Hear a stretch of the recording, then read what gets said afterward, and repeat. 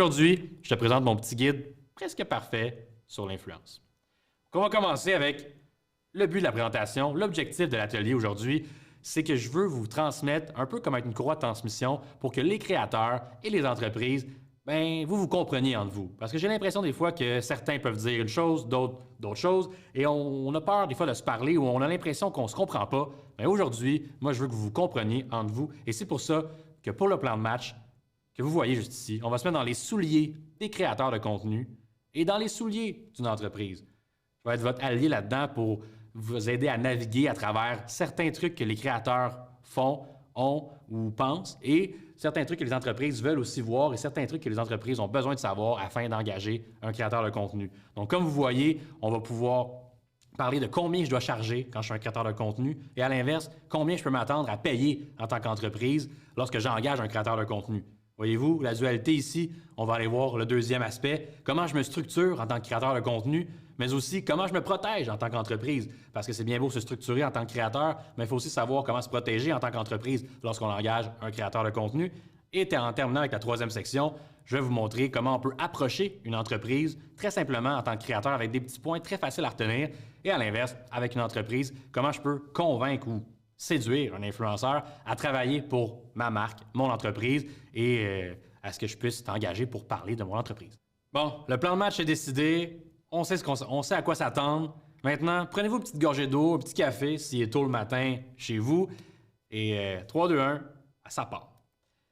Mais avant toute chose, partons un petit peu des bonnes bases ensemble. Faisons un petit préambule, vous et moi, et mettons-nous sur la même page pour commencer, parce que je pense que si on parle de sujets précis, il faut d'abord et avant tout savoir les technicalités de ces sujets-là. Et donc, pour commencer, sans passer trop de temps là-dessus, j'aimerais juste vous présenter des catégories d'influenceurs afin que vous sachiez un peu de quoi je parle quand je vous parle de méga-influenceurs, macro-influenceurs, micro-influenceurs ou personnalités publiques, par exemple. Donc, selon la plupart des gens, des sites web très reconnus et beaucoup de sources que j'ai consultées, on parle de personnalité publique lorsqu'on est une personne qui n'est pas influenceur de métier, mais qui est par exemple un chanteur, un acteur, quelqu'un qui pratique un métier, mais qui a une visibilité sur les médias sociaux de facto parce que son métier implique une visibilité publique. Ensuite, lorsqu'on descend méga-influenceur, on parle de plus de 100 000 abonnés environ. On est un méga-influenceur. On a une grosse audience, on a une bonne portée. Donc, on est quand même assez connu sur la sphère médiatique web, sur la sphère numérique. Ensuite, lorsqu'on descend vers plus ceux que vous connaissez peut-être, des macro-influenceurs, des micro-influenceurs ou des nano-influenceurs, bien là, les termes le disent, macro, micro, nano. Donc, on va en décroissance. Et macro, bon, on parle d'entre 30 à 100 000 abonnés. Ça peut varier, bien évidemment. Micro-influenceurs entre 5 000 et 30 000 abonnés. Et nano-influenceurs, tout ce qui est en bas de 5 000. Et là, ce que je viens de dire, c'est pas apprendre à la lettre pratiquement. Comme je vous ai dit, c'est un petit guide presque parfait de l'influence. Parce que l'influence, c'est pas toujours parfait. Il faut pas juste regarder le nombre d'abonnés pour se fier à un choix de créateur de contenu en tant qu'entreprise. Et à l'inverse, il faut pas juste se fier à notre nombre d'abonnés en tant que créateur pour se dire « je suis un méga influenceur ». Il y a d'autres choses à regarder aussi, ce qu'on va voir aussi ensemble dans les prochaines diapositives. Donc, continuons maintenant. Pour vous mettre en perspective, j'ai fait une pyramide un peu inversée avec les chiffres que je vais parler dans la diapositive précédente. Donc, je veux vous montrer ici, ce que vous retenez de cette slide-là, cette diapositive-là, c'est que c'est pas parce qu'on engage une personnalité publique qui serait ici dans le haut de la pyramide, au numéro 5, et qu'on paye cher, que c'est nécessairement la meilleure personne que ça prend pour notre entreprise. Effectivement, c'est pas parce qu'on engage quelqu'un qui est ultra connu que c'est le besoin qu'il nous faut en ce moment en tant qu'entreprise pour nous vendre un produit ou se faire connaître à notre tour. Parfois, bien évidemment, ce ne sera pas le cas. On va engager quelqu'un qui est peut-être moins connu, un micro-influenceur, un macro-influenceur, un nano-influenceur, parce que c'est ce qu'on a besoin. Et donc, c'est important de savoir son objectif et de savoir justement ce à quoi on a besoin de regarder pour atteindre la bonne cible. Parce que c'est important qu'on atteigne la bonne cible parce que sinon, c'est de l'argent qui peut être vite dépensé et ça, on n'aime pas ça. Avant toute chose, pour vous aider à atteindre justement cette bonne cible-là, et là, c'est pas le sujet de l'atelier, mais c'est pour vous faire comprendre un peu où se situe selon ma perspective et selon la perspective de l'industrie, le marketing d'influence, voyez ça un peu comme un engrenage. Voyez ça un peu comme quelque chose qui roule avec d'autres choses qui interagissent ensemble. Et le marketing d'influence, c'est un écrou de cet engrenage-là. C'est une partie de l'engrenage. En fait, c'est pas nécessairement un écrou. C'est plutôt l'huile qu'on met dans cet engrenage-là. Parce que l'engrenage, là, il faut qu'il puisse rouler avant. Puis quand je parle d'engrenage, ben, je vous parle de votre site web transactionnel. Je vous parle d'avoir déterminé votre persona cible, d'avoir fait des ventes pour votre entreprise par vous-même, d'avoir des médias sociaux pour votre entreprise, c'est-à-dire d'avoir peut-être déjà un compte Instagram, un compte TikTok, un compte LinkedIn, Facebook, j'en passe, plusieurs. Bref, il faut que vous ayez expérimenté vous-même, par vous-même, ces engrenages-là, avant d'y mettre de l'huile pour l'accélérer. Parce que si on a un engrenage qui ne fonctionne pas bien, qui est défaillant, qui a un petit peu de rouille dessus, puis qu'on y ajoute de l'huile, oui, ça peut colmater, ça peut aider pour un instant, mais inévitablement, ça va briser et ce ne sera pas optimal. Donc, vous voyez le marketing d'influence comme de l'huile qui aide à faire fonctionner un engrenage déjà en marche, à peut-être l'aider à accélérer, mais il faut quand même que ça fonctionne à la base. Parce que sinon, encore une fois, ça va être de l'argent qui va être dans les poubelles. En terminant ici, pour le préambule, je vais vous présenter un petit tableau. Ce tableau-là est très costaud. Bon, je comprends qu'il y a beaucoup d'informations. Mon but ici, c'est pas de vous le décomposer en grande partie parce qu'on pourrait passer pratiquement 45 minutes juste avec ce tableau-là. Mais je veux que vous compreniez ici les métriques importantes à regarder lorsqu'on veut regarder un influenceur et lorsqu'on est créateur de contenu nous-mêmes, ce qui peut aussi nous intéresser à comprendre. Donc, bien évidemment, on parle d'argent, le coût, l'augmentation d'une notoriété. Lorsqu'on engage un influenceur, on veut augmenter sa notoriété sur les médias sociaux. Lorsqu'on est influenceur, on veut prêter notre notoriété aussi à des entreprises pour qu'elles puissent bénéficier de ça. On parle d'accessibilité aussi et on parle de professionnalisme. Et j'ai mis des petites étoiles à la fin parce que c'est subjectif à chacun. Le professionnalisme, on peut être très connu et être non professionnel, comme on peut être quelqu'un qui veut devenir connu et être super professionnel. L'inverse aussi, bref, c'est subjectif à chacun. Bref, ce qui est à retenir de ce tableau-là, pour que vous puissiez le garder pour vos archives personnelles si vous voulez, mais c'est que ça répond un peu à ce qu'on parlait tantôt. C'est pas parce qu'on paye très, très cher, c'est-à-dire un méga influenceur, bien souvent dans les 5 000, 6 000 $ et plus, qu'on va nécessairement avoir les meilleurs résultats. Mais on peut s'assurer, par contre, qu'en payant un influenceur, voire macro, méga influenceur, qu'on paye plus cher, mais c'est sûr qu'on a plus de chances d'augmenter notre notoriété. On a plus de chances aussi d'avoir une bonne campagne parce que ces personnes-là ont des réputations à maintenir bien souvent. Ce n'est pas leur seule source de revenus. Ça fait longtemps qu'ils font ça, donc ils vont être très professionnels. Encore une fois, entre guillemets, parce que ça dépend de tous et chacun. Mais à l'inverse, ils vont être difficilement accessibles parce que bien souvent, ils ont des agents, des agences et beaucoup, beaucoup de contrats. Donc, c'est important de savoir à qui on est prêt à parler en tant qu'entreprise et justement, qui on est comme créateur en tant qu'individu pour justement qu'on rejoigne la bonne clientèle et que tout le monde puisse être heureux ensemble là-dedans. Je termine ce préambule-ci avec une petite statistique intéressante et vous allez comprendre mon opinion de quelle catégorie d'influenceurs je préfère peut-être.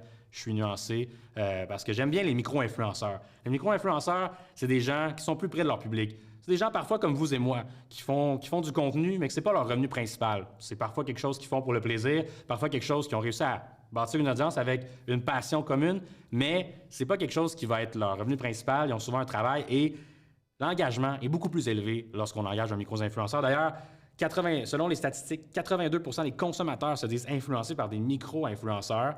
L'engagement des micro-influenceurs est aussi 4% plus élevé que les macros. Et là, l'engagement, ce serait peut-être le sujet d'un autre atelier, mais c'est important à regarder parce que plus on engage avec une publication, bien, plus on a de chance de convertir des ventes.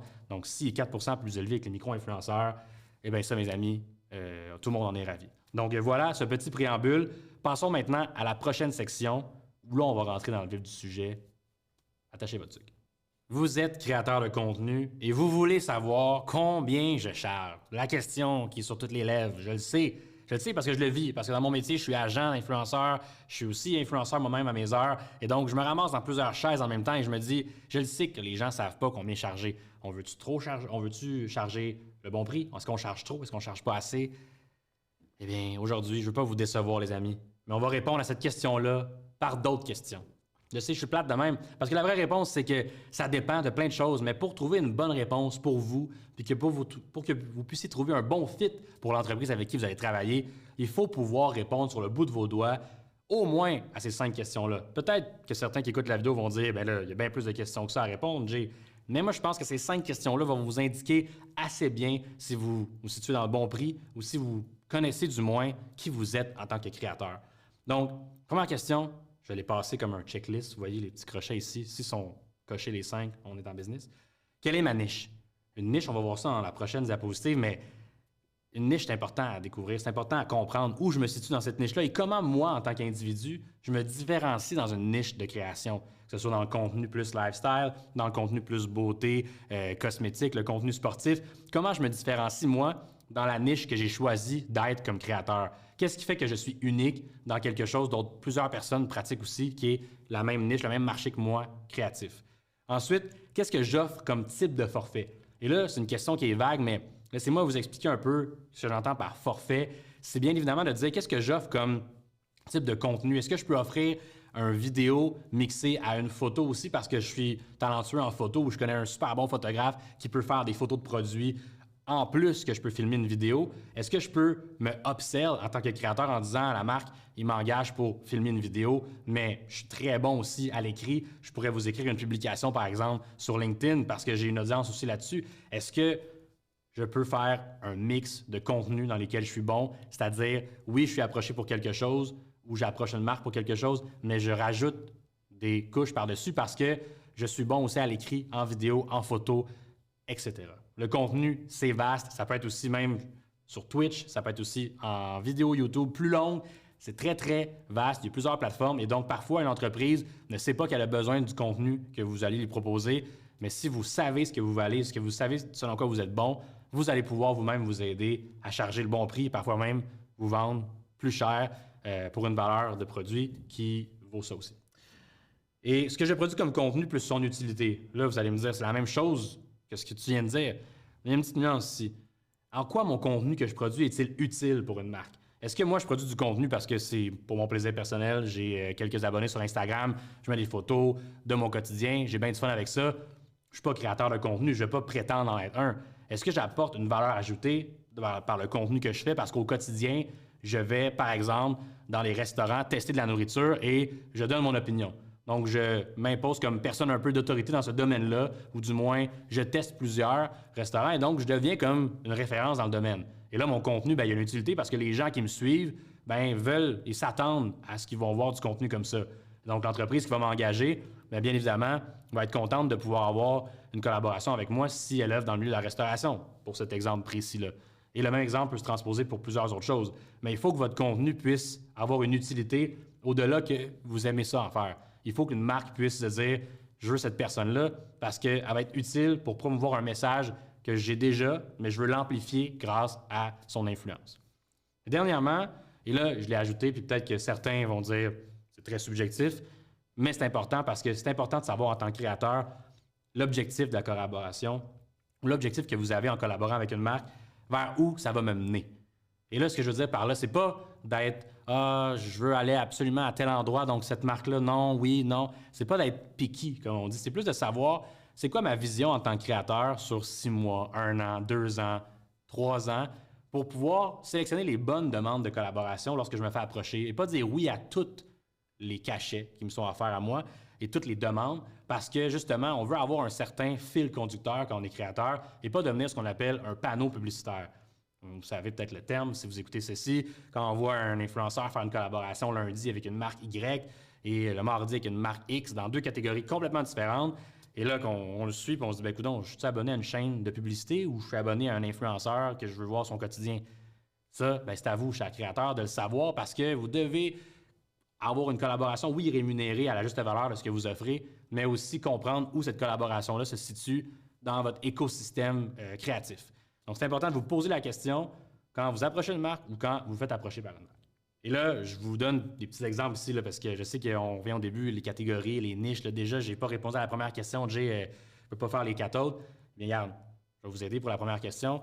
Ça, c'est 6 niches de contenu. Il y en a des dizaines et des dizaines. Il y a autant de niches de contenu que vous pouvez avoir de passion dans une vie. Et j'ai pas mis le jardinage dans ça, mais ça pourrait être jardinage aussi. Les plantes peuvent être une niche de contenu.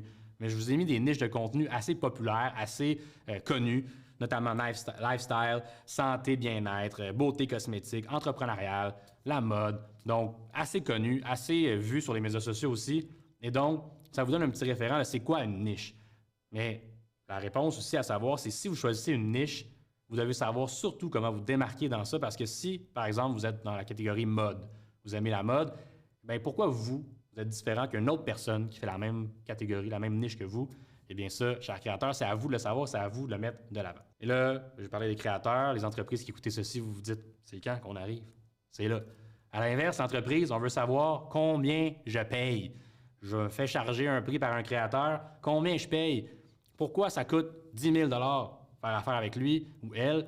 Puis est-ce que je paye le bon prix? C'est souvent ça les questions qu'on se pose.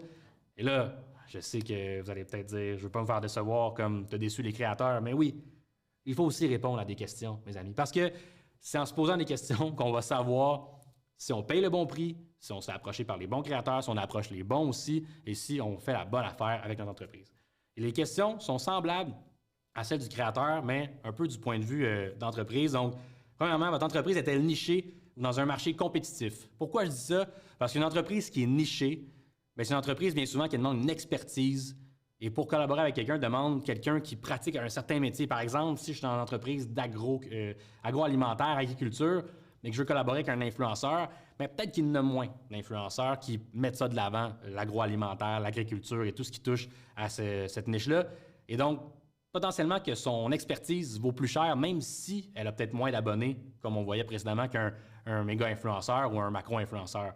Parce qu'elle a une expertise qui est nichée. Et donc, vous devez avoir conscience de où se situe votre entreprise. À l'inverse, si votre entreprise est dans un marché très compétitif, où il y a beaucoup d'entreprises, par exemple, je reviens avec mon exemple de restauration, il y a beaucoup de restaurants, beaucoup de produits alimentaires, tout le monde mange dans la vie, et bien là, l'inverse est aussi une question de se poser, c'est-à-dire, vous devez comprendre comment séduire un influenceur, comment vous êtes différent dans un marché ultra compétitif d'entreprise, et donc comment faire pour avoir l'influenceur que vous voulez, alors que peut-être votre compétiteur va l'avoir déjà approché ou l'approche en ce moment même. La deuxième question fait suite à la première. Pourquoi votre entreprise par rapport à une autre du même marché? On a un peu parlé à l'instant. Là. Pourquoi vous plutôt qu'une autre? Et là, vous me dites, bien, parce que je vais le payer. Mais oui, mais c'est bien beau aujourd'hui de dire je vais payer quelqu'un, mais il faut surtout avoir des bonnes valeurs, une bonne mission d'entreprise, une bonne vision, savoir aussi ce qu'on veut en tant que contenu et aussi tout se fait dans l'approche. Hein. On est tous des humains à la fin de la journée qui parlons pour une publicité à la télé, comme sur les médias sociaux.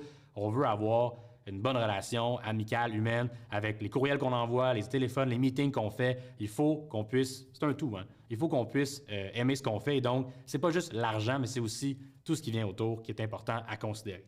Après ça, bon, plus technique, combien de pièces de contenu sont demandées? Bien évidemment, il faut savoir clairement ce qu'on veut, ou du moins, si vous ne le savez pas, peut-être que le créateur va vous le dire, je vais vous vendre ça, puis il va en rajouter. Et là, peut-être que vous n'avez pas besoin de tout ça, mais le créateur sait ce qu'il fait et sait ses forfaits, les connaît, donc va vous les vendre. Donc, vous devez savoir en tant qu'entreprise ce que vous voulez et combien de pièces de contenu. Après ça, comment le contenu sera utilisé, le contenu produit, parce que vous devez aussi savoir comment maximiser votre contenu. Si vous avez une publicité sur Instagram, vous pouvez peut-être l'amplifier, être exclusif avec un influenceur. Ça fait beaucoup de stock quand même, hein? Mais c'est toutes des questions qu'il faut se poser. Et finalement, la dernière question qui ressemble aussi avec celle du point de vue créateur, c'est quoi l'objectif de la campagne? Vous voulez faire quoi avec votre campagne? Et là, je sais que vous allez tous me dire, on va faire du cash. Je le sais. Je sais qu'on veut faire de l'argent, les amis. Je sais que c'est important. On veut vendre. Vous avez acheté cette formation-là, cet atelier-là, parce que vous vous dites comment cet atelier-là peut me permettre de faire peut-être plus d'argent. Mais moi, je vais vous décevoir en vous disant, il n'y a pas juste l'argent dans la vie.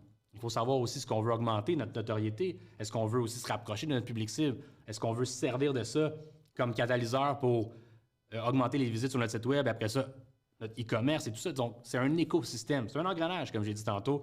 Il faut savoir ce qu'on veut. Est-ce que c'est juste la vente? Est-ce que c'est la notoriété? Donc, augmenter notre valeur sur les médias sociaux, notre valeur publique, si on veut, sur les médias sociaux, notre notoriété. Ou si on veut bien faire les deux ensemble. Donc, augmenter notre notoriété et ensuite pousser des ventes. Donc, tout ça, c'est très important à considérer parce que peut-être que vous êtes comme la personne ici sur la diapositive que vous verrez. Peut-être que vous êtes perdu à croiser les chemins. Vous vous demandez combien ça coûte. Moi, je vous réponds, ça dépend. Mais là, comment ça se fait? Ça dépend. C'est quoi? Bien, il faut savoir les questions à se poser, les 5 premières que je vous ai dit, et ensuite, bien, il faut savoir ce qu'on veut. Est-ce qu'on veut une publication sur Instagram, un Reel? Est-ce qu'on veut des Stories? Est-ce qu'on veut un TikTok? Par la suite, cette publication-là, est-ce qu'on veut une exclusivité avec l'influenceur, c'est-à-dire qu'on ne veut pas qu'il collabore avec aucun autre de nos compétiteurs pendant 2 mois? Est-ce qu'on veut mettre de l'argent dans Meta pour l'amplifier puis exponentiellement avoir des vues sur cette vidéo-là? Est-ce qu'on veut avoir de l'affiliation marketing aussi, qui est un lien d'affilié, que vous rémunérez le créateur à mesure qu'il vous génère des ventes? Est-ce qu'on veut mettre une publicité, mais en Spark Ad, qui est très, très technique, mais qui est aussi publicité à même le profil du créateur ou à même le profil de votre entreprise sans nécessairement créer de contenu organiquement. Juste le dire, j'ai mal à la tête, je vous le dis. C'est intense, je le sais. C'est beaucoup de contenu technique. C'est pour ça qu'il faut bien s'informer, qu'il faut bien s'entourer, mais surtout comprendre qu'il faut se poser les bonnes questions. Par contre, je ne vous mets pas en reste parce que je suis gentil quand même. Je veux dire, je ne veux pas non plus vous répondre juste ça dépend. Hein? Je vous ai mis ici une carte de prix d'un macro-influenceur dans le marché québécois. Je l'ai testé, j'ai été agent pendant longtemps, je suis encore agent. J'ai à mon actif plus d'une centaine, voire même peut-être près de 500 collaborations que j'ai gérées ou négociées depuis les 5 dernières années. Et je vous dirais que ça va essayer entre ça. Les prix, peut-être, en ce moment, ça va varier là, pour certains créateurs. Mais vous devez vous attendre à peut-être payer ces montants-là si vous voulez un macro-influenceur. Vous irez voir plutôt dans la vidéo ce que j'ai dit par rapport au macro, le nombre d'abonnés un petit peu, voir les objectifs qu'on peut avoir avec eux. C'est environ ça, peut-être que vous pensez débourser. Sinon, pour un micro, c'est moins cher, mais quand même, aussi, ça dépend des niches aussi. Là. Un créateur qui est très, très, très spécifique peut charger plus cher parce que son expertise vaut plus cher. Donc, ça vous donne une petite idée. Encore une fois, je n'ai pas de réponse précise à vous donner sur combien je paye, mais vous savez peut-être, avec cette section-ci, plus de questions à vous poser, puis peut-être raffiner un peu plus votre approche afin de ne pas payer trop cher et pas non plus prévoir un budget prévisionnel qui n'est pas assez cher et vous faire surprendre par les prix parce que vous devez vous organiser. Ça va vraiment être important pour pouvoir bien négocier et bien s'entourer des bons créateurs de contenu. Comment je me structure?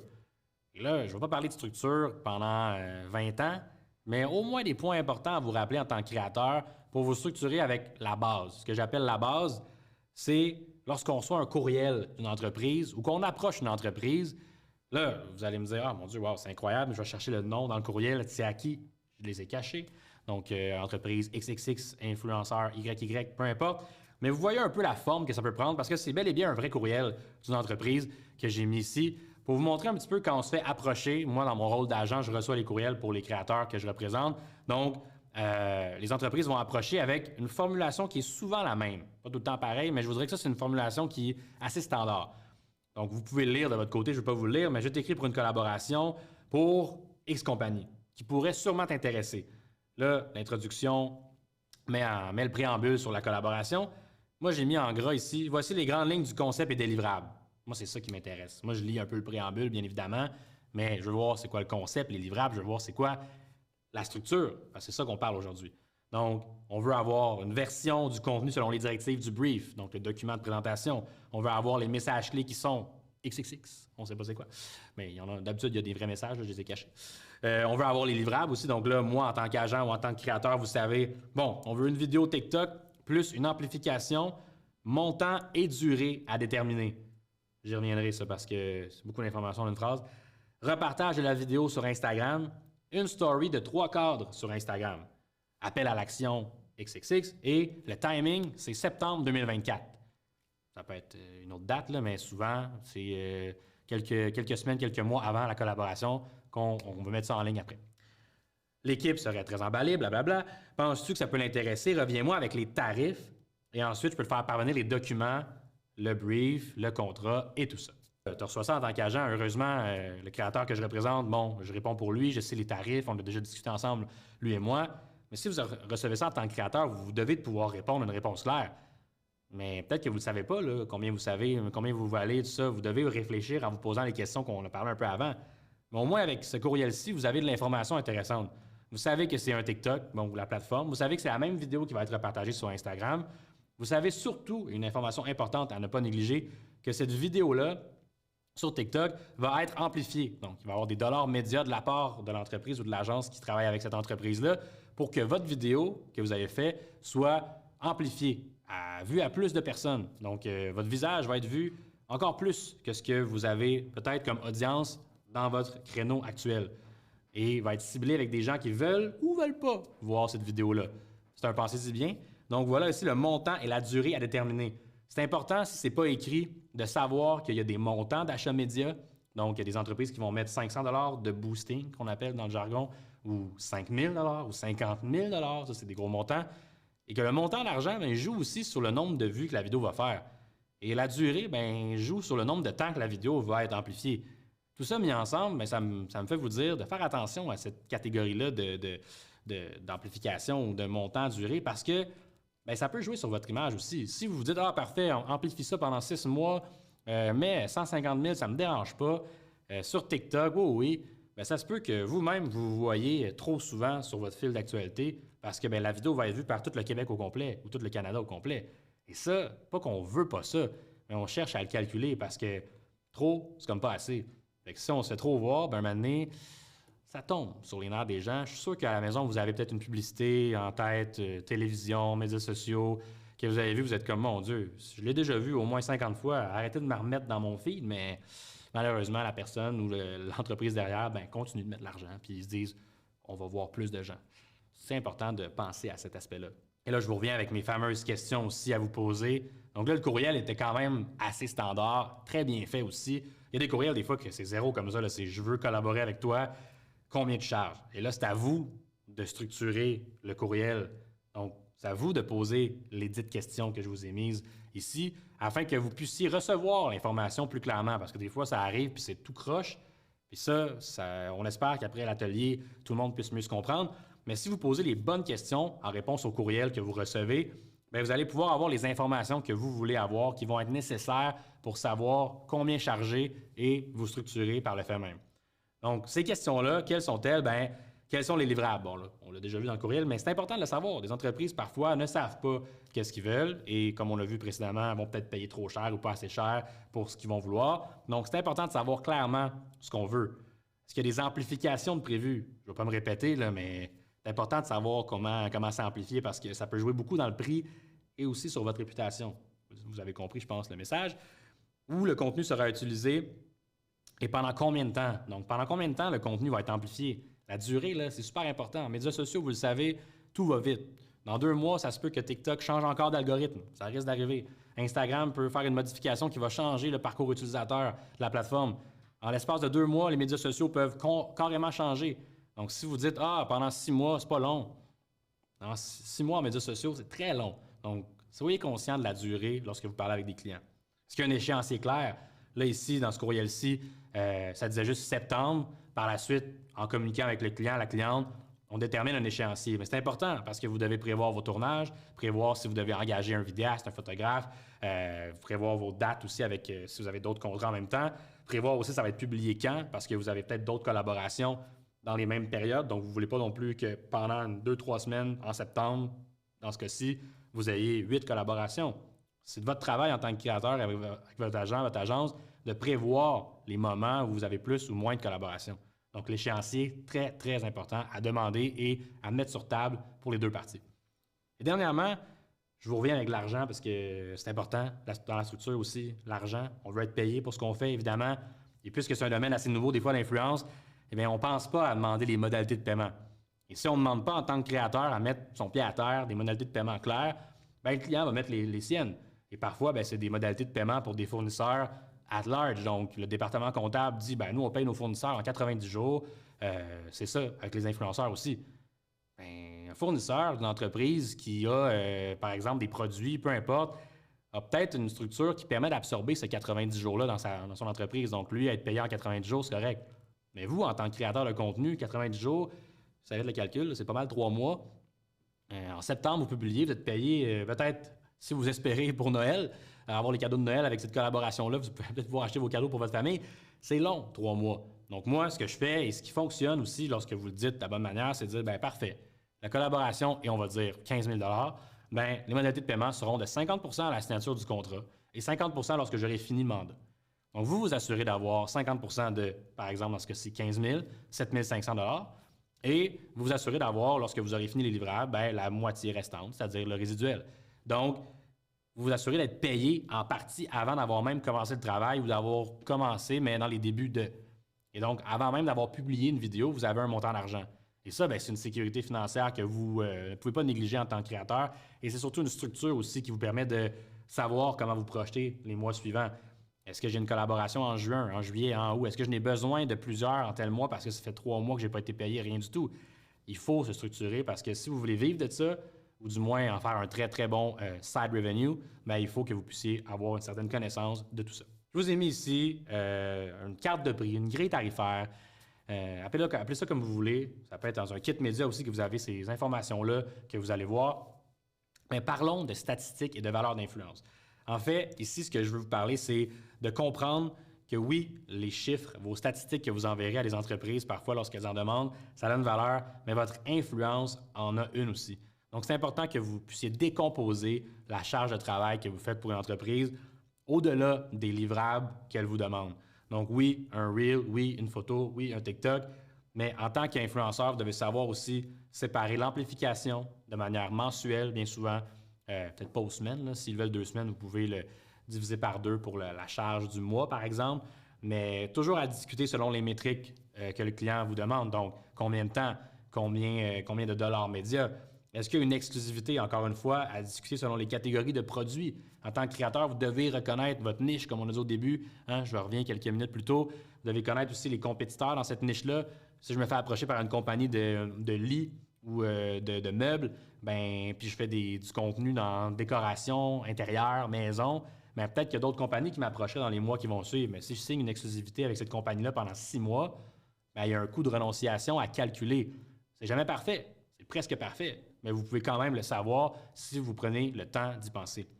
Et ensuite, moi, je rajoute aussi, en tant que créateur de contenu, vous générez des idées. Vous générez des idées de contenu. Ça peut être aussi des fois juste une publicité humoristique. Vous générez des blagues si on vous demande d'être drôle ou si on vous demande un sketch ou peu importe. Vous générez un concept. Vous achetez parfois du matériel pour la publicité. Vous achetez parfois des vêtements X pour la publicité si vous demande de vous costumer, par exemple. Et donc, ça doit aussi être réfléchi dans vos coûts. Parce que vous voulez peut-être absorber certains coûts. Oui, c'est normal pour produire la vidéo. Mais si c'est démesuré, vous devez y penser avant de signer quoi que ce soit. Et dernièrement, les frais de production, le montage, les logiciels parfois à télécharger. Si vous chargez, si vous êtes autonome dans votre pratique, vous avez sûrement un logiciel comptable, peu importe. Tout ça, c'est des frais d'administration, des frais de production que vous pouvez aussi décomposer et dire, c'est un frais fixe que j'absorbe et ça va dans le prix total, ce pourquoi je charge X montant. Et ça, non seulement c'est pas trop en dire, c'est juste assez. Et l'entreprise, ne reçoit pas cette information-là comme étant intense. Il me charge 8 000, je sais pas, le 8 000 correspond à quoi? Le 8 000 s'explique avec 2 500 à gauche pour le Reel, un 3 000 pour ci, un. Donc, on se comprend quand on explique et la transparence, ça va toujours être gagnant pour vous en tant que créateur pour vous structurer auprès des entreprises.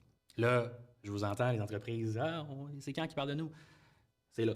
Je parle de vous maintenant. Je reviens dans vos souliers pour cette section-ci. Et à l'inverse, en tant qu'entreprise, souvent, on est bien structuré. En tout cas, j'espère pour vous, là, si vous êtes structuré, peut-être que vous pouvez toujours vous améliorer. Bien à vous de le faire. Mais en tant qu'entreprise, ce qu'on veut surtout savoir, c'est comment se protéger. Parce que ce que j'entends souvent, des influenceurs encore aujourd'hui, c'est le risque de travailler avec un influenceur, le risque de faire affaire avec une personne ou 2 personnes pour une campagne qui, pour nous, c'est les 6 mois de notre entreprise en revenus, tout ça.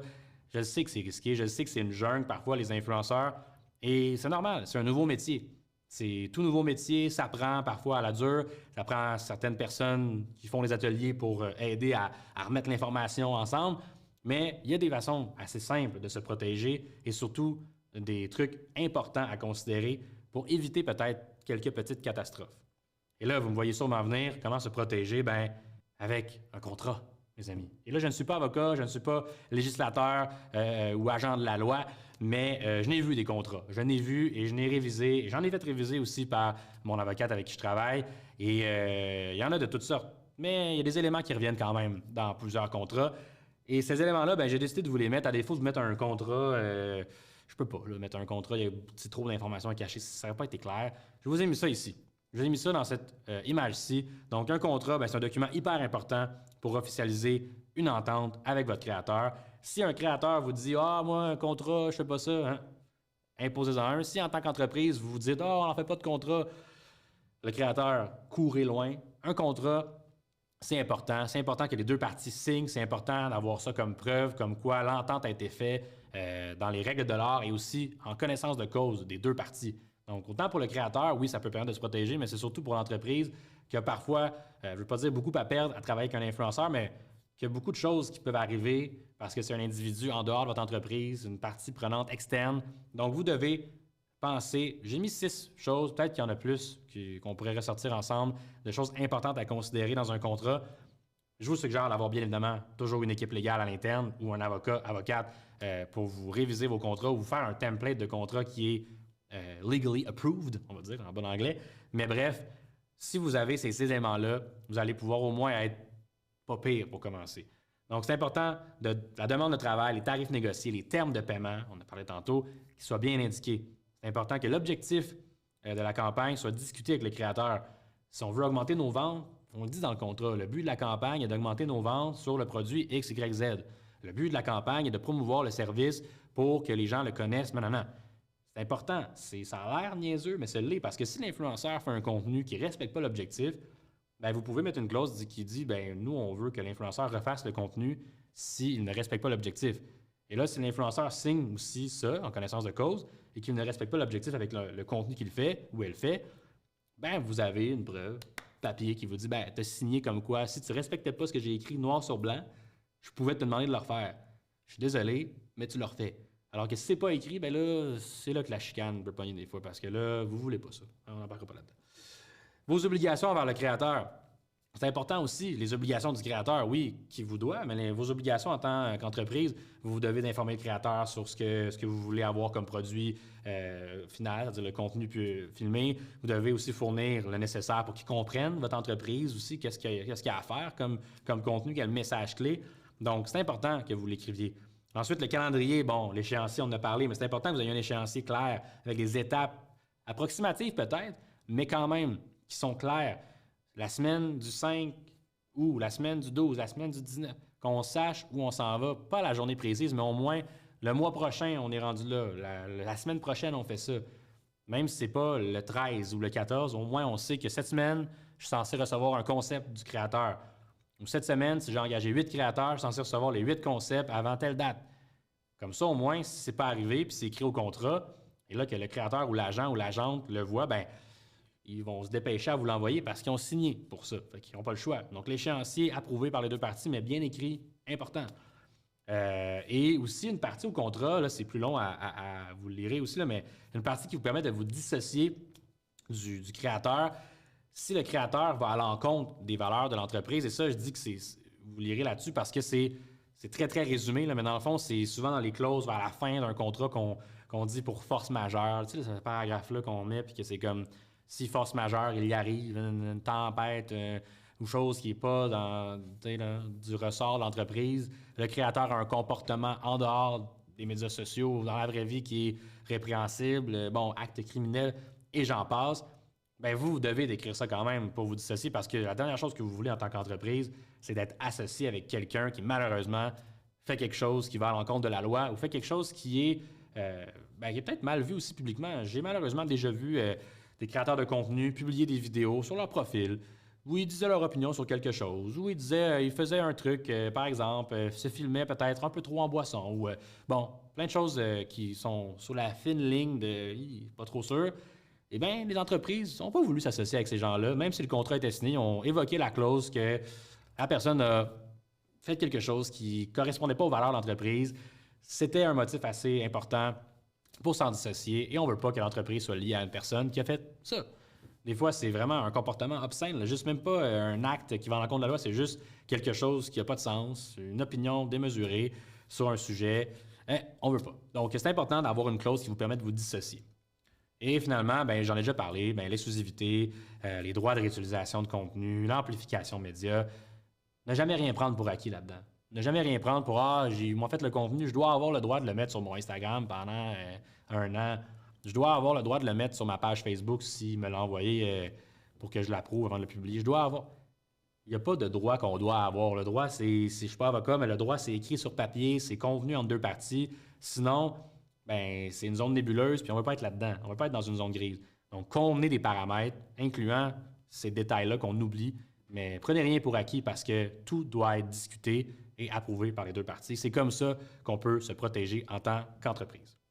Là, on a vu combien charger, combien payer. On a vu comment se structurer, comment se protéger. Là, ce qui manque, c'est quoi qui manque? Comment approcher les entreprises du point de vue d'un créateur? Parce que là, je vous voyais venir là, avant même que j'arrive à cette section-ci. Mais là, Jay, tu m'as montré un courriel déjà reçu par l'entreprise. Moi, j'ai jamais reçu de courriel d'une entreprise. Je suis un créateur, micro-influenceur, nano-influenceur. Je rêve de collaborer avec une entreprise. Eh bien, oui, c'est possible. C'est possible d'approcher les entreprises. Il faut savoir comment le faire, par contre. Et c'est pas gage de succès à tout coup, mais c'est possible. Et il faut le faire si on a confiance en ce qu'on peut délivrer comme contenu, on a confiance qu'on est professionnel. Parfois, une entreprise a besoin de vous sans le savoir. Et moi, j'aime dire qu'on ne sait pas ce qu'on a besoin si on ne se fait pas proposer des fois. Il faut oser. Et donc là, je vais vous montrer, dans quelques étapes très simples, comment approcher une entreprise si vous êtes créateur de contenu. Croyez-moi, je me situe vraiment entre les deux, là. J'ai parlé à beaucoup d'entreprises, j'ai parlé à beaucoup de créateurs, j'ai moi-même été créateur pour des entreprises, j'en ai approché, bref, j'ai pas mal mis les pieds, mes souliers dans plusieurs sections, plusieurs zones, donc pas je sais de quoi je parle, mais ça fonctionne quand même bien si vous faites ces petites étapes-là. Et là, je ne veux pas que vous soyez déçus, encore une fois, c'est simple, mais c'est compliqué, mais c'est simple. Il faut savoir se vendre. Il faut savoir se vendre soi-même. Et ça, c'est un art que peu de gens maîtrisent, hein? Se vendre à d'autres. Comment je me vends? Comment je dis aux autres que je suis bon pour quelque chose sans avoir l'air d'être trop intense, sans avoir l'air de vendre du vent? Comment je peux vendre quelque chose que l'entreprise va vouloir faire? Ah, j'ai besoin de ça. Eh bien, pourquoi une marque m'engagerait-elle? Encore une fois, je vous pose des questions. Je sais que vous vous posez des questions, je vous en pose d'autres, mais c'est important d'y penser. Est-ce que tu as fait d'autres collaborations? Est-ce que tu as un style de vidéo qui est unique? Ça revient un peu à ce qu'on disait au début quand je parlais de niche. Hein? Qu'est-ce qui vous différencie? Mais là, je rajoute une couche à ça et je vous dis, est-ce que vous avez des idées uniques? Et là, c'est comme, Jay, une idée, c'est tellement subjectif. C'est quoi une idée?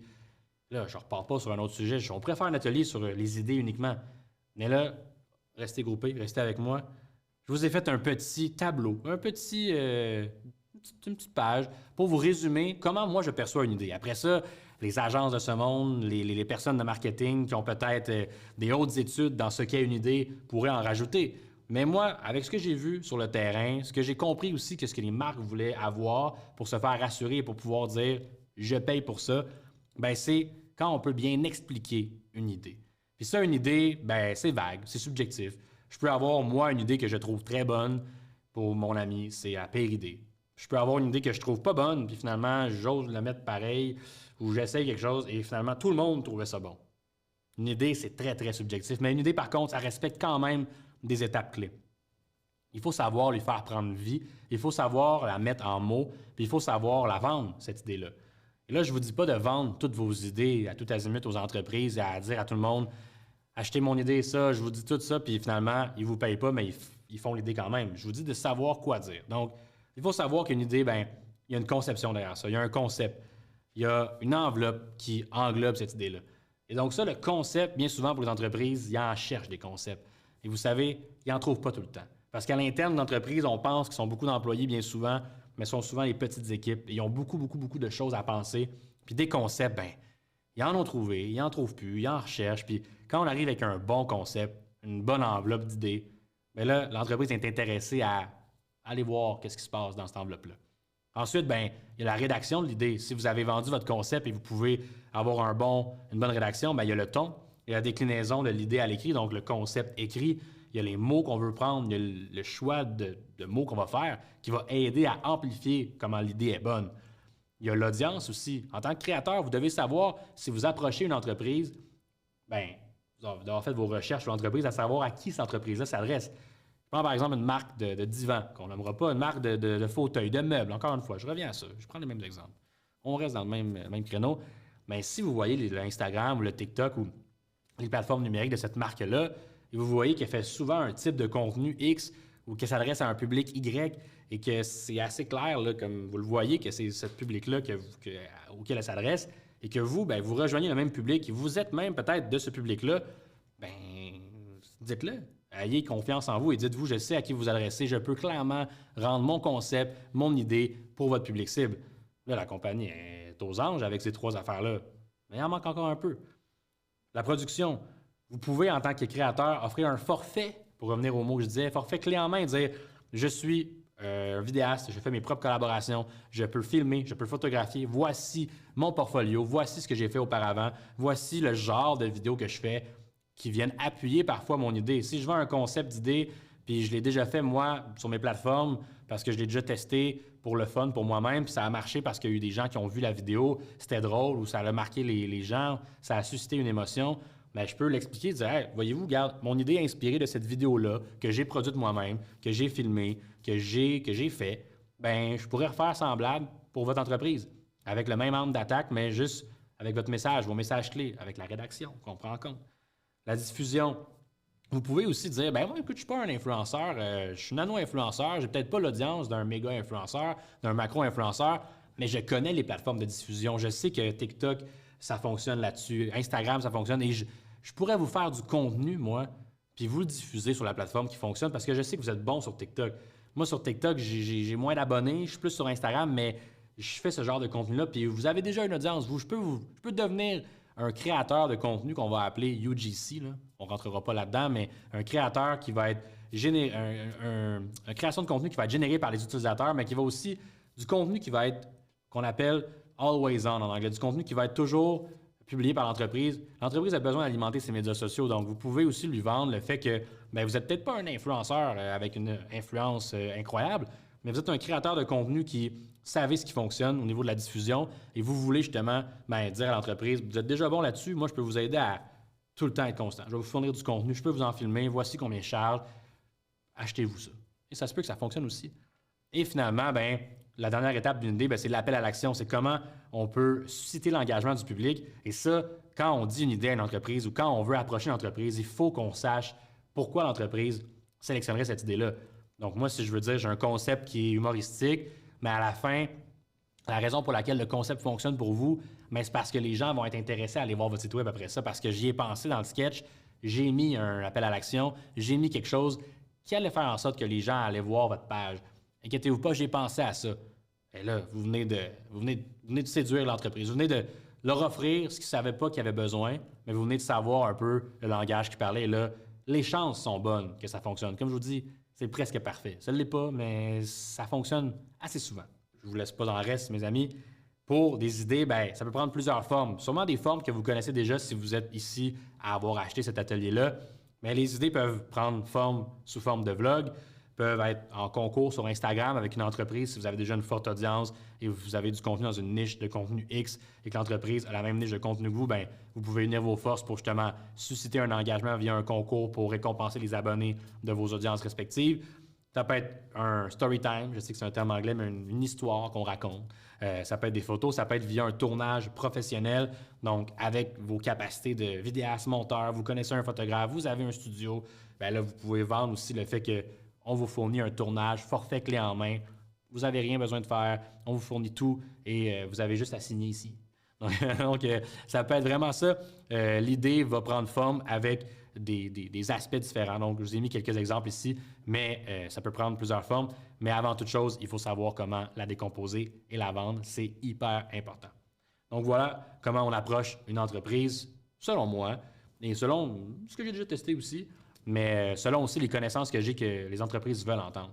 Les entreprises, ils ont besoin de se faire dire qu'ils sont compris par les créateurs, mais ils ont besoin aussi de choses parfois qu'ils ne savent même pas. Mais si vous êtes là pour mettre l'étincelle, vous allez les convaincre. Je suis pas inquiet pour vous. Et là, parlant de convaincre, hein, les liens, ça n'arrête pas. Je suis une entreprise. Comment je peux convaincre le créateur de faire affaire avec moi? Et là, dites-moi pas, ben c'est parce que je le paye. Mais je sais que vous le payez. Il faut le payer. Tout travail mérite d'être payé. Mais comme dans n'importe quel emploi, ben c'est compétitif. Des fois, on applique à plein d'emplois, puis là, l'employeur X nous rappelle, puis finalement, l'employeur Y était meilleur, fait qu'on va là. Tu sais, il faut savoir convaincre. C'est un peu comme se vendre, mais c'est comme, j'appelle ça convaincre, séduction. Il y a comme plusieurs phases à ça, mais il faut savoir comment parler le langage des créateurs de contenu. Et pour répondre à cette question-là, quoi de mieux que vous poser d'autres questions? Vous commencez à me connaître, je pense. Je parle beaucoup, mais je pose des questions. Puis moi, j'ai toujours dit, en posant des questions, ben on apprend. Puis moi, j'ai appris le métier que je fais aujourd'hui, puis je suis devant vous aujourd'hui parce que j'ai posé des questions. Fait que je vous en pose pour que vous puissiez continuer la roue. Hein? Donc, j'ai pris l'angle de pourquoi un créateur dirait-il non à votre demande? Pourquoi? Hein? Des fois, on ne pense pas à ça. Pourquoi il me dirait non? Tu pensais pourquoi il dirait non? Moi, j'assumais qu'il allait dire oui. Je paye 15 000, 20 000, puis j'ai dit qu'il faut qu'il fasse ça. Il va me dire oui. Mais pourquoi il dirait oui? Pourquoi il dirait non? Réfléchis pourquoi il dirait non pour justement éviter qu'il te dise non et pallier un peu à ça.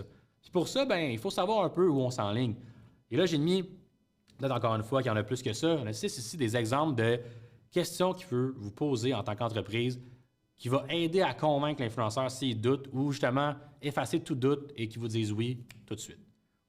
La première question que j'ai à vous poser, que vous devez vous poser, c'est voulez-vous faire une campagne de masse? Ça, une campagne de masse, c'est quoi ça? Bien, ça le dit. Hein? On veut faire une campagne, là, on a plein de créateurs, ils publient tout en même temps. On veut faire des billboards sur l'autoroute, on veut faire tout, le télé, médias sociaux. On met même un billet de blog sur notre site web, on envoie ça dans les journaux, puis là, tu sais, j'exagère, mais une campagne de masse, c'est comme on est all-in. On veut que le message, en septembre 2024, tout le Québec connaisse la nouvelle sorte de X produit.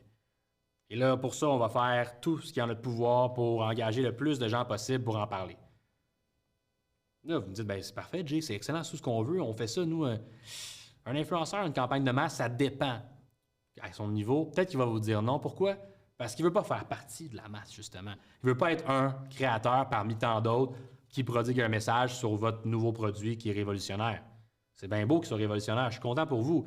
Mais l'influenceur, lui, il n'est pas dans votre entreprise. C'est pas lui qui a le produit. C'est juste une courroie de transmission, c'est juste un porte-parole. Donc, il ne veut pas être le porte-parole avec 45 autres porte-parole, on s'entend. Il ne veut pas faire partie de quelque chose que tout le monde va voir. À l'inverse, peut-être qu'il veut faire partie de ça si c'est vraiment cool. Si vous rendez votre campagne de masse vraiment, ça va être la chose la plus grosse au Québec. Tu ne veux pas manquer ça. Peut-être qu'il va dire, mon Dieu, merci de m'avoir choisi. Je vous dis oui. Tout est dans la façon que vous vendez votre idée, comme je disais précédemment. Donc, c'est important de considérer ça. C'est quoi le type de campagne? Pour faire suite à ça, combien d'influenceurs sont présents dans cette campagne-là? Je reviens là-dessus parce que c'est vraiment important.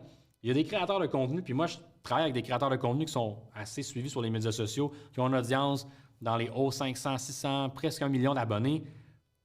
Il y a un certain niveau aussi que quand on est une personnalité publique aussi ou quelqu'un qui est connu à plus grande échelle, on veut pas non plus, pas qu'on veut pas être associé avec des créateurs plus petits, mais on a quand même des standards, qu'on sait où on s'en va plus, on sait notre vision de créateur, on sait qu'on ne dira pas oui à certaines campagnes qui sont plus générales ou certaines campagnes qui ont plus de gens parce qu'on veut être unique. On est rendu à un point dans notre carrière où on est différent, puis on le sait, puis c'est ça qui a fait qu'on a du succès, donc on veut entretenir ça. Donc, on ne voudra pas nécessairement être avec une campagne où il y a, je dis 20, mais ça peut être 5, 6 autres créateurs qui prodiguent le même genre de contenu, le même genre de message. Puis je reviens à ce que je disais, mais que finalement, on est juste un parmi les autres. Nous, si on fait une campagne, un créateur qui a une audience qui est assez importante, bien, on veut être le seul ou les 3 seuls ou le seul au Québec à travers le Canada. Là, ça va prendre l'ampleur. C'est intéressant et ça démontre une marque de confiance de la part de l'entreprise qui fait « Je t'ai choisi, toi, pour être le représentant ou les 3 représentants de cette campagne-là parce que on aime ton style de contenu, on sait que tu vas pouvoir nous dire ça, puis c'est pour ça qu'on t'a choisi. » Là, c'est le fun parce que le créateur se sent justement, bon, bien, je vais vous faire non seulement du bon travail parce que vous savez ce que je vaux, puis vous savez que je fais du bon travail, vous avez vu mes trucs avant, mais on va le faire ensemble, puis ça va être objectif commun, on va faire tout pour que ça fonctionne. Donc, il y a ça aussi. Combien d'influenceurs vous voulez? Parfois, comme je disais tantôt, je ne sais pas si vous vous rappelez, là, recule un peu, trop, ben, c'est comme pas assez. Hein? Fait qu'on veut pas trop, on veut le bon nombre. Est-ce que la campagne est complexe? La campagne, là, elle peut être hyper simple pour vous. OK, vous me dites, ben oui, c'est super simple, là.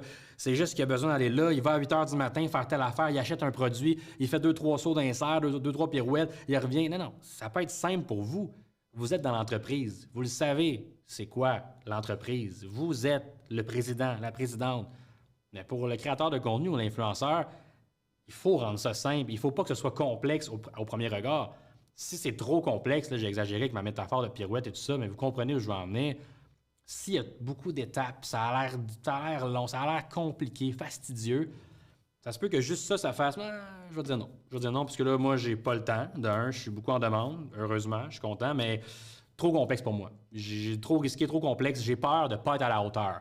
Il y a souvent des créateurs qui vont dire ça parce qu'il ne faut pas oublier qu'on est tous des humains.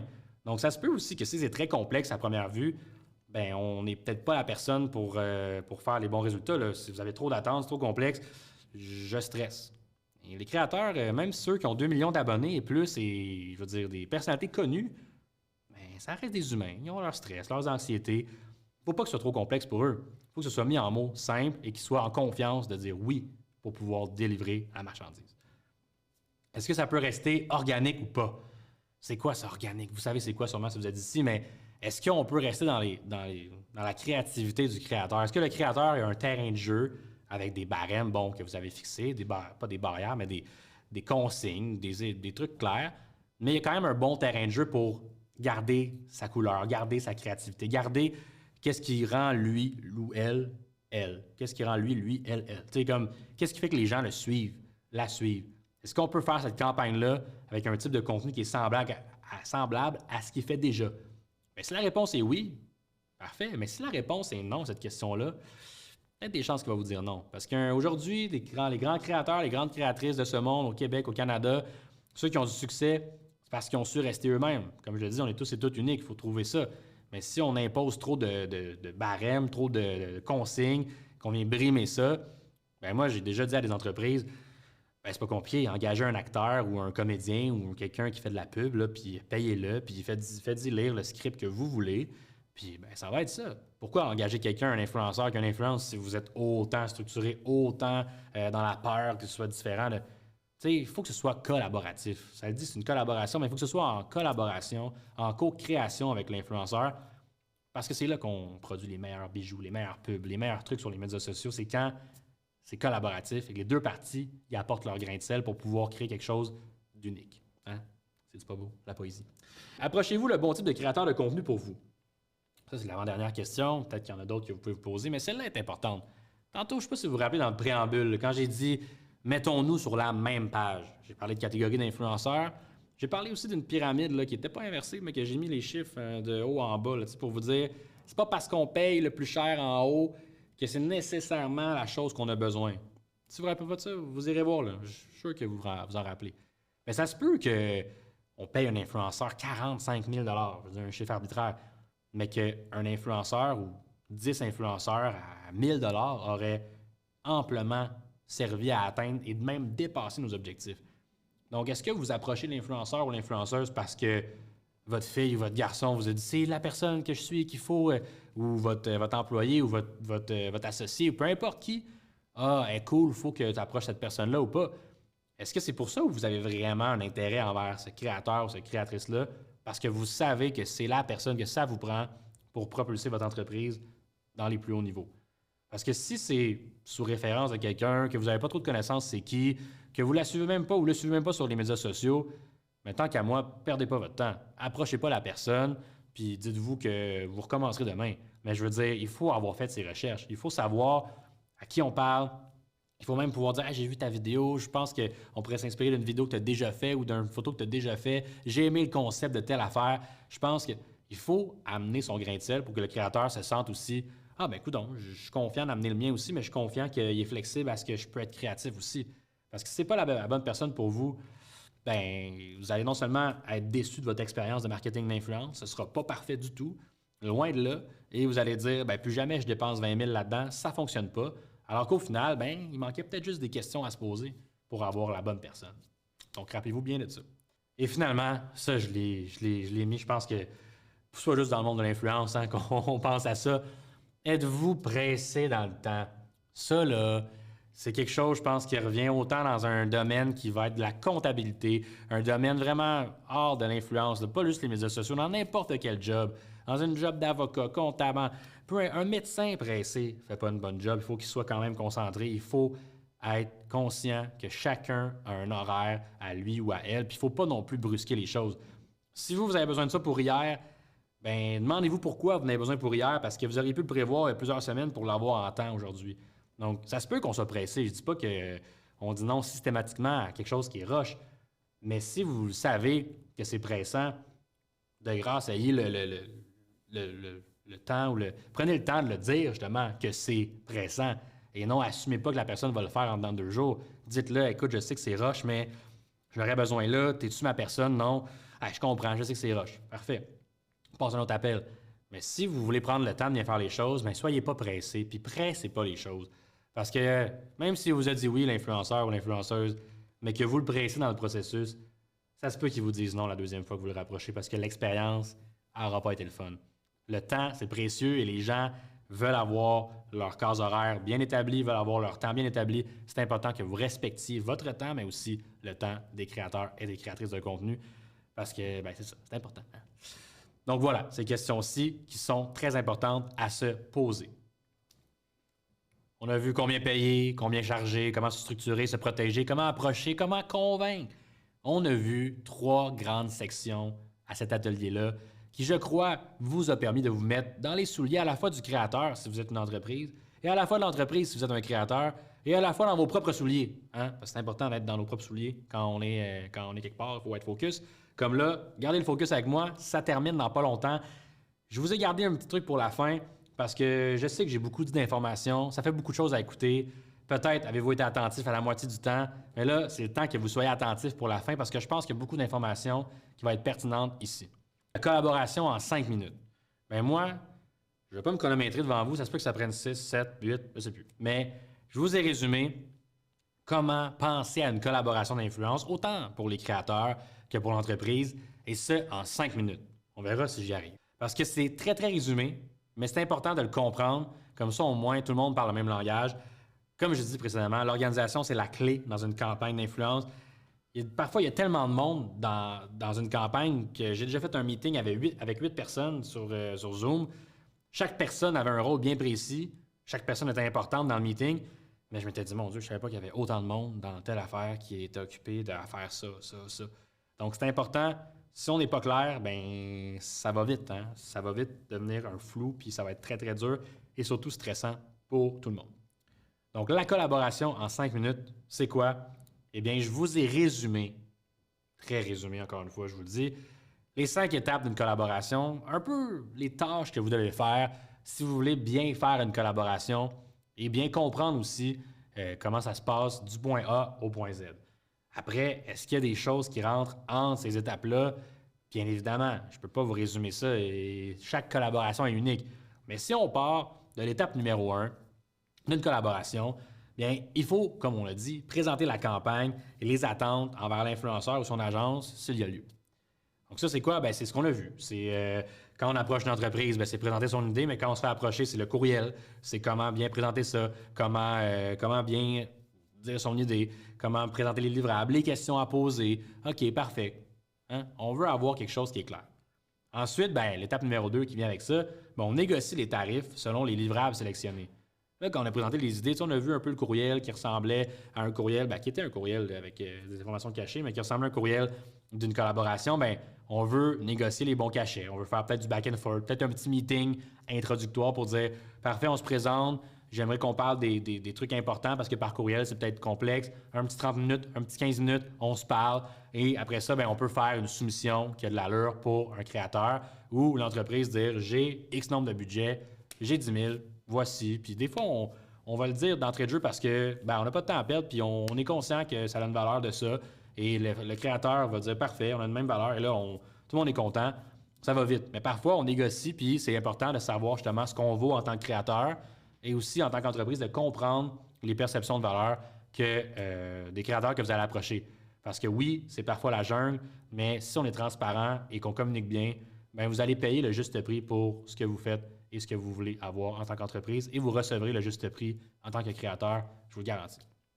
Ensuite, bien, troisième étape, je pense que ça va de soi. S'il y a une compagnie qui vend des produits, s'il y a des produits à avoir pour la collaboration ou des achats à aller faire, bon, on les envoie les produits ou on envoie les trucs nécessaires à la collaboration, à faire la vidéo, la photo, et on établit un calendrier de contenu. Bon, parfois le calendrier vient avant, un peu après, en tout cas, vous comprenez ce que je veux dire. Environ là. On dit parfait, on t'envoie ça, on fait des tests si c'est la nourriture pour des recettes, si c'est des sketchs humoristiques, on va écrire le concept. On établit le début et on organise le truc pour pouvoir tourner la vidéo et approuver en amont avant de tourner ou avant de faire un photoshoot.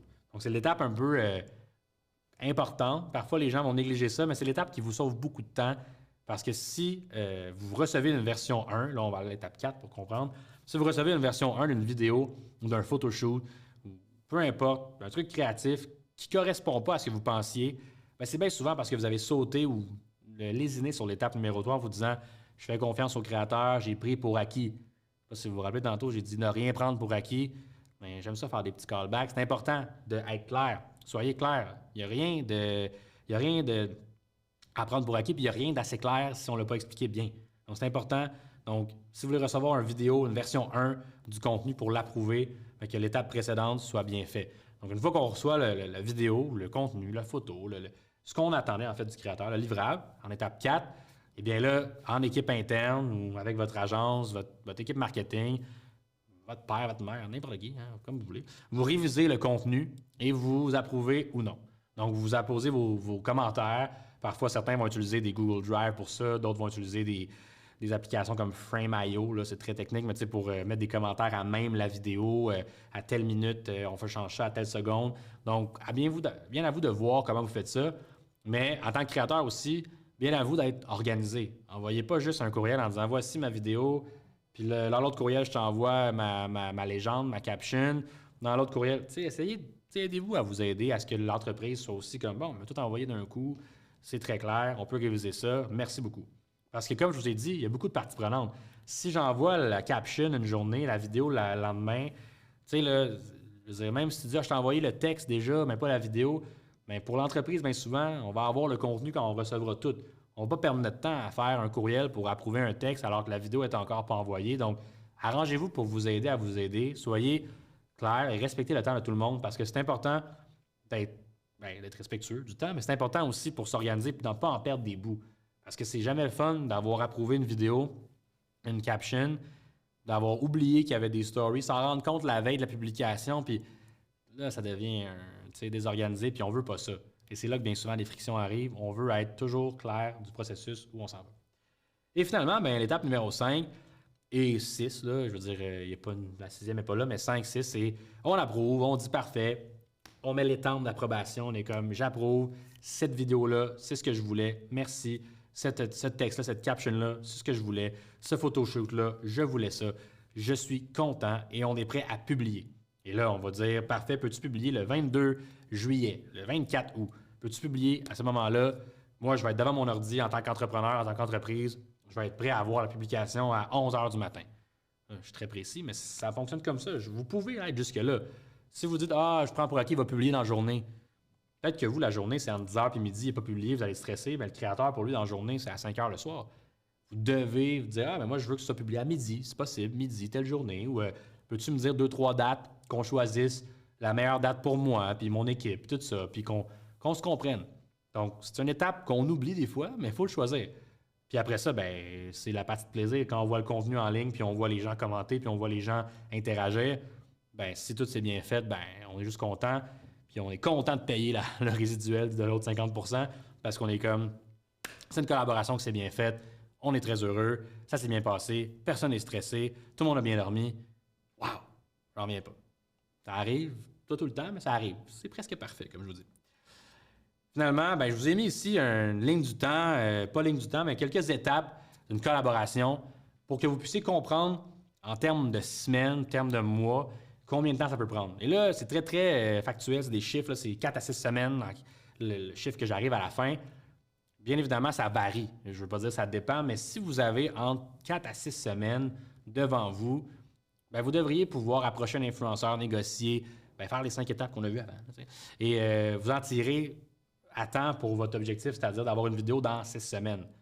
Si un influenceur ou une agence ne réussit pas à produire toutes ces étapes-là dans un horizon de 6 semaines, et vous aussi, en tant qu'entrepreneur, en tant qu'entreprise, vous n'arrivez pas à faire aboutir ça, bien, ça se peut. Je veux dire, ça devrait arriver. Ça se peut aussi que certaines étapes prennent 2 jours, dans le sens où j'ai marqué, je ne sais pas si vous vous rappelez, l'étape numéro 4, c'était l'approbation, révision du contenu, mais une semaine. Ça se peut que je reçoive le contenu, je suis devant mon ordinateur, je suis l'entreprise, je révise, une journée, c'est fait, l'influenceur est devant son ordi, il change la petite affaire à corriger. Dans la même journée, on vient de faire une étape. Incroyable. On vient de sauver 6 jours. Mais c'est rare, ça arrive. Il ne faut pas prendre pour acquis que la personne va répondre automatiquement. Pour ça que je dis une semaine. Il peut y avoir des fois des vacances, des journées où on n'est pas toujours à la maison, on ne check pas nos courriels. En tant que créateur, je parle, en tant qu'entreprise, souvent, on check nos courriels. Mais bref, même à ça, ça se peut aussi qu'il y ait des impondérables qui arrivent. Donc, on veut se donner du lousse pour ne pas être stressé. Donc, 4 à 6 semaines, c'est sincèrement un horizon qui est assez lousse pour une campagne. Ça peut prendre moins, ça peut prendre un peu plus. Ça dépend aussi de votre campagne. Si vous avez plusieurs créateurs, arrangez-vous pour que vous compreniez aussi dans cet éventail-là de gens. Bref, ça vous donne un petit résumé. Ça fait 5 minutes? Peut-être. Un petit 5 minutes. Une collaboration en 5 minutes, ça ressemble à ça. Et avec tout ce que je vous ai dit aussi, ben, vous êtes quand même pas pire outillé pour comprendre le marketing d'influence avec ce petit guide presque parfait pour les créateurs et les entreprises. Je vous remercie de votre confiance et je vous laisse sur une petite question. Parce que si vous êtes rendu jusqu'ici, ben, vous avez fini l'atelier. Félicitations. Si vous avez aimé ça, ben, faites-moi en part. Mais si vous voulez savoir aussi, peut-être, je pourrais créer un autre atelier pour qu'on regarde ensemble les bonnes et mauvaises pratiques en marketing d'influence. Je suis sûr que ça pourrait vous intéresser parce que des campagnes d'influence, j'en ai fait plein, comme je vous ai dit, des centaines.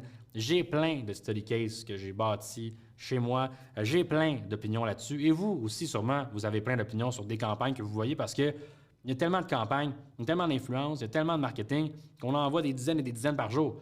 Donc, c'est pas ça qui manque. Donc, je pense qu'on pourrait avoir un bon 40 minutes de bonnes ou mauvaises pratiques puis d'analyse de publicité. Donc, vous me laisserez savoir, vous m'écrirez. En tout cas, je vous laisse là-dessus. Et je vous laisse aussi sur une petite slide d'informations sur moi. Vous pouvez me contacter. Mon cellulaire est là. Vous avez mon adresse courriel. Vous avez mes médias sociaux, Instagram, TikTok, LinkedIn. Je fais du contenu différent sur chaque plateforme. TikTok, c'est bien pour le fun. J'aime ça. Des fois, je fais des petites vidéos éducatives. LinkedIn, je prodigue beaucoup de contenu éducatif sur le marketing d'influence. J'écris ici aussi pour le journal Les Affaires. Donc, écrivez-moi, ça va me faire plaisir de répondre à vos questions si vous en avez. Et sur ce, je vous remercie pour votre écoute. Et ben, bravo, vous êtes maintenant presque parfait en influence, en espérant que ça vous aura aidé. Et moi, je vous dis bonne fin de journée. Au plaisir.